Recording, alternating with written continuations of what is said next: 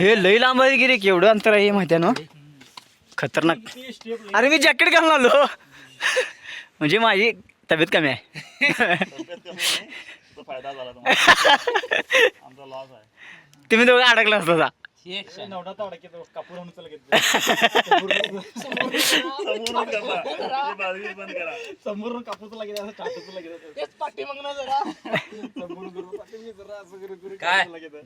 जाक लावून येऊच ना साईडला.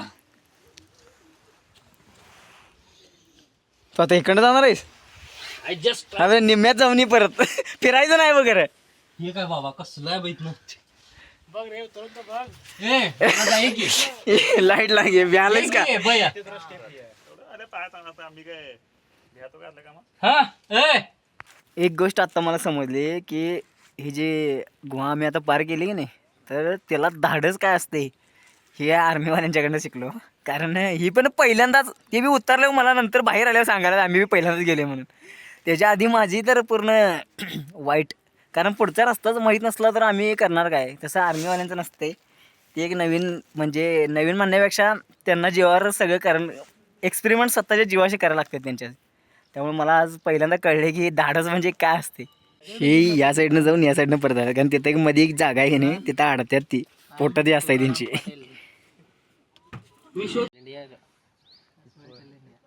जवळपास 1 ते 1.5 तास आम्ही फोटो सेशन केला आणि आता मी चाललोय. मजा आली इथं बसायला पण, एवढं भारी मंदिर पण आहे आणि इथलं वातावरण पण मस्त. तर चला, डेंजरस रस्ता आता उतरायला चालू केला आहे मी. चला जाऊयात. अरे गाडीवरचा माणूस बदलला. तर फायनली आता आम्ही परतीच्या वाटेवर आहे आणि मजा आली आम्हाला इथं. आता हे रस्ता बघा, यातनं तरी आहे ना, मी व्हिडिओ फक्त करायसाठी उतरलोय मी, ही काय उतरत नाहीत. असलेल्या रस्त्यातनं मग अशा आम्ही गाड्या घेऊन गेलेलो.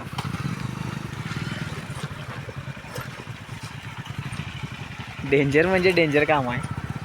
तरी ह्या 2 स्प्लेंडर आहेत आणि ही एक आहे ती शाईन आहे. मग अशा असलेल्या रस्त्यातनं घेऊन गेलेलो आम्ही. आहे तुमचं होय काय? आता ही चहा घेणार आहेत आणि आमच्यातला एक मित्र जाणार आहे घरी. फायनली आता अंधार पडला आहे आणि आम्ही चाललोय घरीच, कारण आता थंडी लय वाजायला लागल्या. जॅकेट घेऊन आलेलं आहे भरपूर, कारण थंडी कालपासून पडले हे मला वाटलेलं आज येताना मला थंडी वाजणार. तर फायनली आता आम्ही घरी पण चाललोय आणि वेळ झाला आहे आता. फायनली आता घरात आलो आहे आणि थंडी कालपासून लय सुटली आहे. तुम्हाला म्हटलं परवाचं 2 दिवस जरा शांत होती. येताना जरा असं गाडीवरून असं वाटलं खतरनाक थंडी आहे. एक तर त्याला ते हे केलं आहे खरं तू.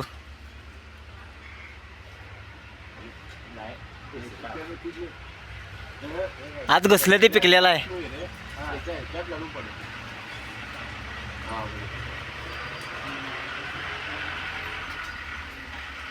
काटेला वरती हे आहे रे, लवचिकता आहे.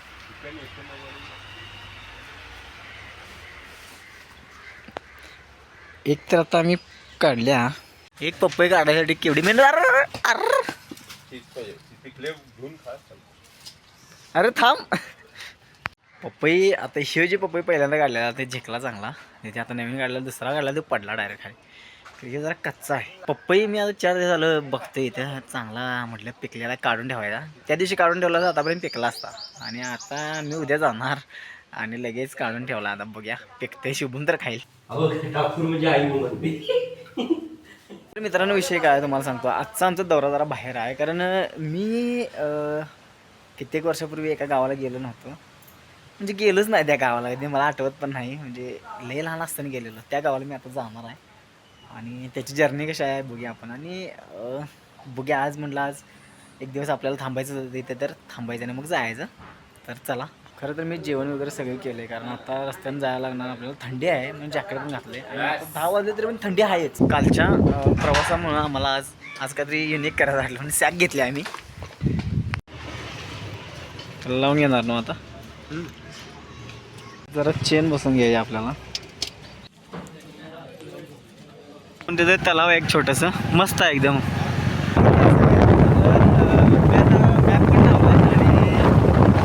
कन्नडमध्ये सगळे अक्षर आहेत, त्यामुळे मला गावाची नाव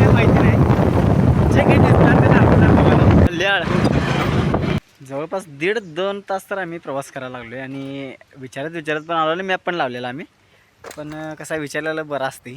आणि आम्ही एक शॉर्टकटनं निघालो, 1 किलोमीटर वाजते आणि मधनं तर आम्हाला पोचायला बॅग पडली असते.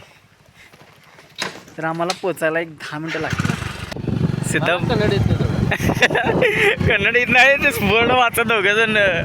इथे एक पूल आहे मस्तपैकी, तुम्हाला दाखवतो 1 मिनटं. हे बघा असं आहे.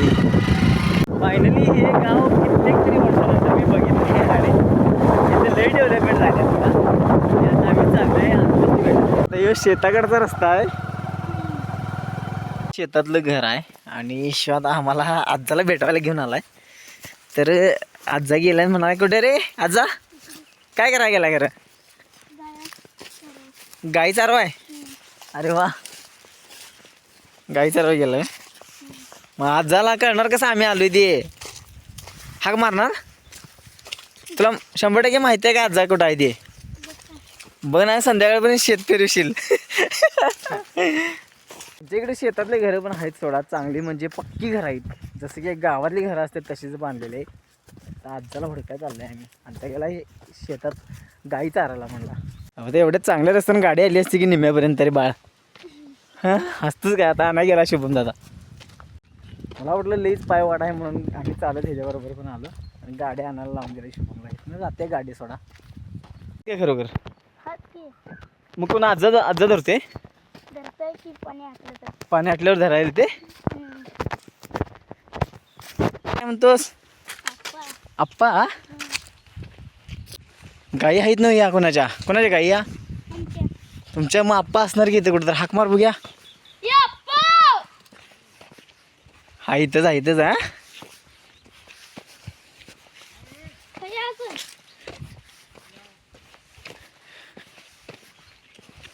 आजोबा निवांत बसल्यात बघा. इथं गाई सोडल्या तिथं चारत आणि इथं बसल्यात. आप्पाला विचार, हे कोण पाहुणा आलेलं ओळखतं काय विचार.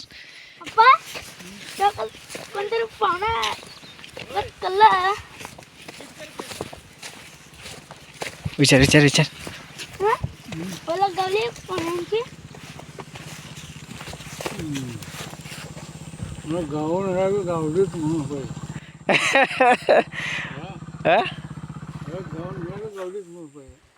मला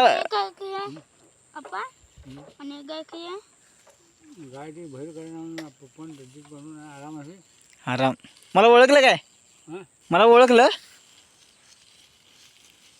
मला पक्का एकदमच ओळख लागली नाही. फणसवाडीचा मी.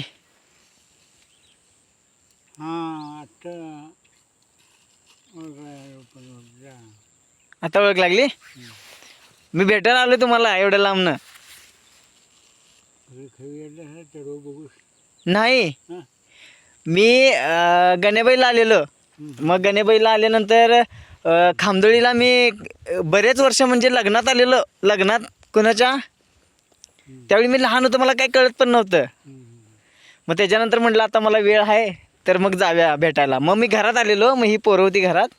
मग म्हटलं आप्पा कुठं आहेत? तर आप्पा म्हटलं शेताकडे आहेत. मग आलो तुम्हाला भेटायला. हाय बरं.